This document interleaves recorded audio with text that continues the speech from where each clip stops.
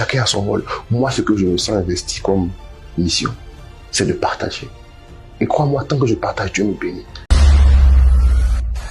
Mais alors, au-delà du partage, est-ce qu'il y a un gain autre que finalement le partage ou la reconnaissance? Est-ce que derrière, il y a peut-être grandir en visibilité?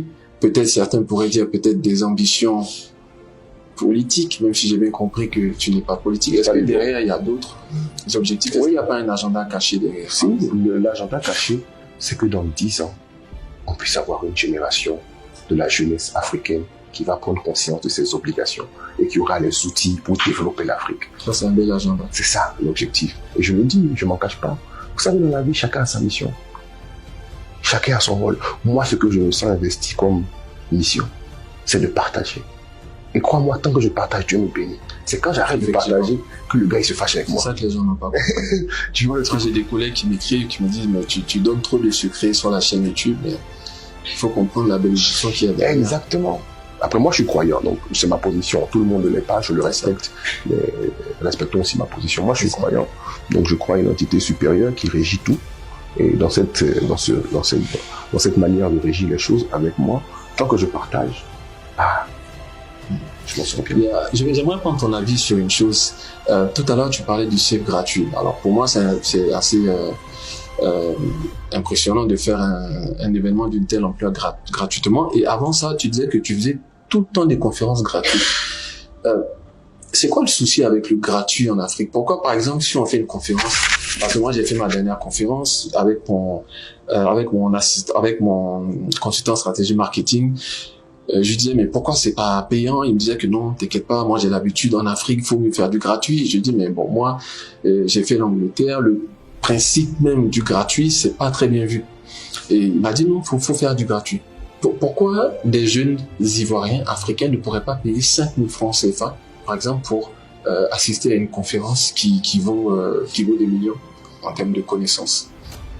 Alors, j'ai 3 réponses pour toi. La première, la dernière conférence que j'ai fait dans un hôtel de la place, les tickets étaient à 10 000 balles.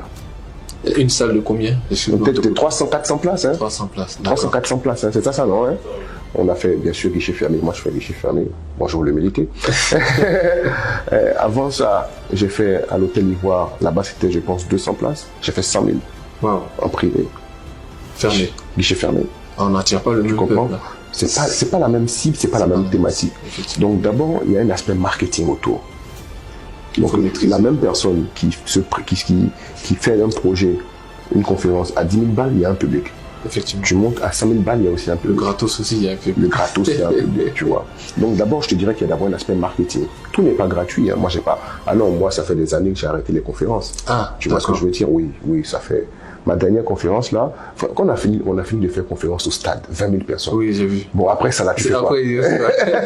Tu fais le palais, tu fais le stade. C'est fini. Non, on a fait le stade même. Donc on a oui, j'ai vu.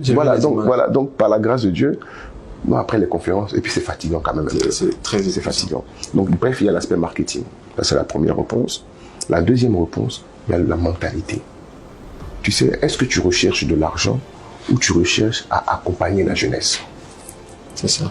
Pourquoi tu le fais? Moi, personnellement, je le fais pour accompagner la jeunesse. Tu sais qu'il y a beaucoup plus de gens qui ne savent même pas ce que je fais comme activité professionnelle. Quand tu demandes à mon mec, c'est lui qui fait les formations. C'est ça. Il fait des conférences parce qu'on le voit avec un micro dans les C'est ça, tu comprends. Certainement que c'est ce qu'il fait. Oh, mon métier à moi, c'est la communication et l'événementiel. J'ai une agence de com. Je fais le concert de l'indépendance.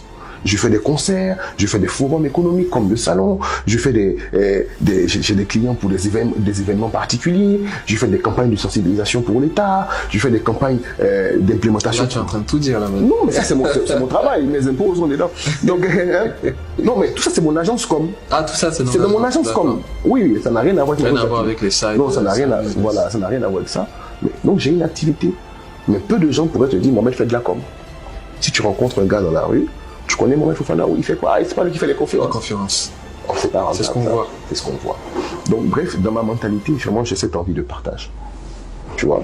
Donc sur ce principe, je permets à ce que les gens puissent venir. Donc je suis pas dans l'aspect financier forcément à ce moment-là. Tu vois? Et puis après aussi, vous êtes des grands marketeurs.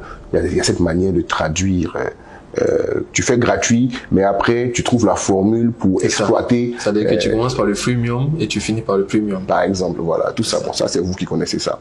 Mais bon, nous, on est des gaous dans ça. Nous, on fait parce que, bon, on veut faire comme ça. Mais donc, il y a cet aspect. C'est ma deuxième pensée. La troisième pensée, pourquoi le gratuit? Parce que la cible aujourd'hui qu'on a n'a pas forcément conscience de l'importance de ce qu'on leur offre. Effectivement. Malheureusement.